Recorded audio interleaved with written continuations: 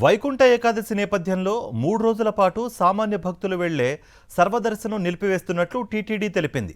గోవిందమాల ధరించిన భక్తులకు సైతం సర్వదర్శనం అనుమతి లేదని చెబుతోంది. దీంతో టీటీడీ ఒంటెద్దు పోకడలపై భక్తులు మండిపడుతున్నారు. ఎన్నడూ లేని విధంగా ఇలాంటి నిర్ణయాలు ఏంటని భక్తులు ప్రశ్నిస్తున్నారు. తిరుమల శ్రీవారి దర్శనం కోసం వెళ్లే భక్తులకు టీటీడీ పిడుగులాంటి వార్తలు విడుదల చేసింది. వైకుంఠ ఏకాదశి నేపథ్యంలో దివ్య దర్శనం, టైమ్ స్లాట్ టోకెన్ల పంపిణీని ముందుగానే నిలిపివేసింది. టోకెన్లు కలిగిన భక్తులు మాత్రమే తిరుమలకు రావచ్చని ప్రకటించింది. తిరుమల చరిత్రలో ఎన్నడూ లేని విధంగా టీటీడీ తీసుకున్న నిర్ణయంపై భక్తులు మండిపడుతున్నారు.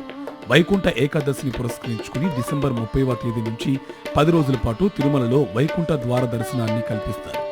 టీటీడీ తాజా నిర్ణయంతో సామాన్య భక్తులకు శ్రీవారి దర్శనం అందని ద్రాక్షలా మారింది. ఆన్లైన్ ద్వారా మాత్రమే వైకుంఠ ద్వార దర్శన టికెట్లు ఇవ్వడం ద్వారా గ్రామీణ, చదువుకోని భక్తులకు స్వామివారి దర్శనాన్ని దూరం చేసిందని విమర్శలు వెల్లువెత్తుతున్నాయి.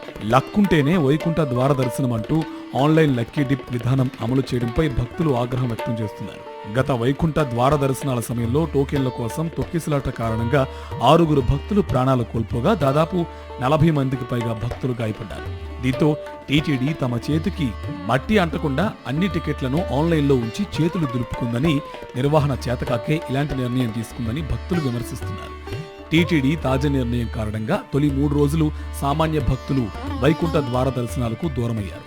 లక్కీ డిప్ పేరుతో టీటీడీ పాలక మండలి భక్తుల మనోభావాలతో ఆడుకుంటుందనే విమర్శలు వెల్లువెత్తుతున్నాయి. మరోవైపు చంద్రబాబు పాలనలో డిప్ సిస్టమ్ ఏర్పాటు చేసి తమను శ్రీవారి దర్శనానికి దూరం చేశారని స్థానికులు, స్థానికేతరులు ఆగ్రహం వ్యక్తం చేస్తున్నారు. తిరుమలలో సుమారు 8 లక్షల మంది జనాభా ఉంటే కేవలం 15,000 టికెట్లు ఇచ్చి చేతులు దులుపుకోవటం ఏంటని స్థానికులు ప్రశ్నిస్తున్నారు. గతంలో ఎన్నడూ లేని విధంగా టీటీడీ ఆంక్షలు విధించి టికెట్లు ఇవ్వకపోవడంపై భక్తులు మండిపడుతున్నారు. వైకుంఠ ద్వార దర్శనాల నేపథ్యంలో ప్రోటోకాల్ ప్రముఖులకు మినహా వీఐపీ దర్శనాలను టీటీడీ రద్దు చేసినట్టు ప్రకటించింది. అయితే టీడీపీ, బీజేపీ, జనసేన నేతలు ఎవరికి వారు కుటుంబాలతో సహా వైకుంఠ ద్వార దర్శనానికి వెళ్లేందుకు ఏర్పాట్లు చేస్తున్నట్లు విశ్వసనీయ సమాచారం. కాగా గత వైఎస్ఆర్సీపీ ప్రభుత్వ హయాంలో వైకుంఠ ఏకాదశి సమయంలో తిరుపతిలో భారీ ఏర్పాట్లు చేసి నేరుగా భక్తులకు టోకెన్లు పంపిణీ చేశారు. క్యూ లైన్లో వచ్చిన వారు వచ్చినట్లు టోకెన్లు తీసుకుని వెళ్లేవారు. స్థానికులతో పాటు అలా ఎంతో మందికి శ్రీవారి దర్శన అవకాశం కలిగింది.